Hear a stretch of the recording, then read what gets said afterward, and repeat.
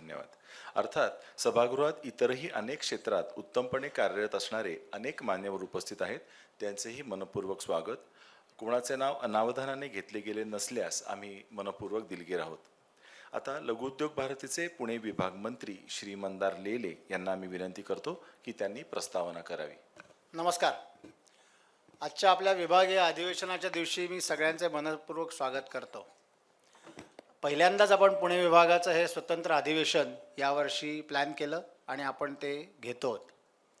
सगळ्यांनी अतिशय मनपूर्वक प्रयत्न करून सर्व इकाईंनी त्याच्यामध्ये पूर्ण सहभाग घेऊन उपस्थिती जास्तीत जास्त कशी राहील असा आपण गेले प्रयत्न महिना दीड महिना करतो आहोत. त्याचबरोबर अधिवेशनाची बाकीची जी अंग आहेत की इन्फ्रास्ट्रक्चर आहे, बैठक व्यवस्था आहे, भोजन व्यवस्था आहे, कार्यक्रमाचं स्वरूप आहे, कार्यक्रमाचा कंटेंट आहे, ह्याच्यावरती आपण सगळ्यांनी खूप प्रयत्न करून अतिशय चांगल्या पद्धतीने कार्यक्रम पार पडेल अशी योजना तर निश्चित केलेली आहे. त्याचं फळ काय मिळतं हे आपल्याला आज दुपारपर्यंत साधारणतः लक्षात येईल. अधिवेशन का बरं घ्यायचं असं जर आपण विचार केला तर अधिवेशन घेणं हे कुठल्याही संघटनेकरता अतिशय आवश्यक असतं. दोन अर्थाने. एक म्हणजे स्वतःची ताकद जोखण्याकरता आणि दुसरं संघटनेची ताकद दाखवण्याकरता.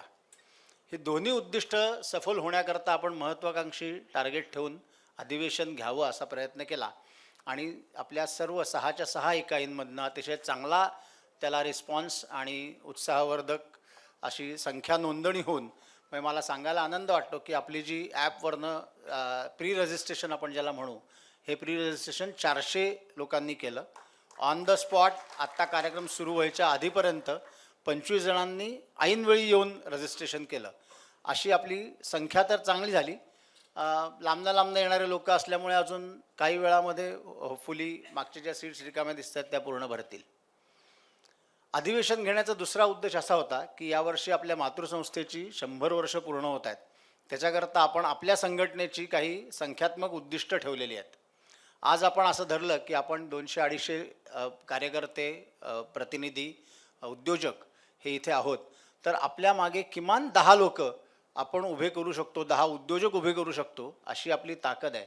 या ताकदीची सगळ्यांना प्रचिती यावी आणि या प्रत्येकी 10 लोकांची नोंदणी आपले आजीव सभासद म्हणून व्हावी या दृष्टीने पुढच्या काही महिन्यामध्ये प्रयत्न करण्याकरता सगळ्यांना स्फूर्ती मिळावी असा एक उद्देश आपण अधिवेशनाकरता ठेवला होता.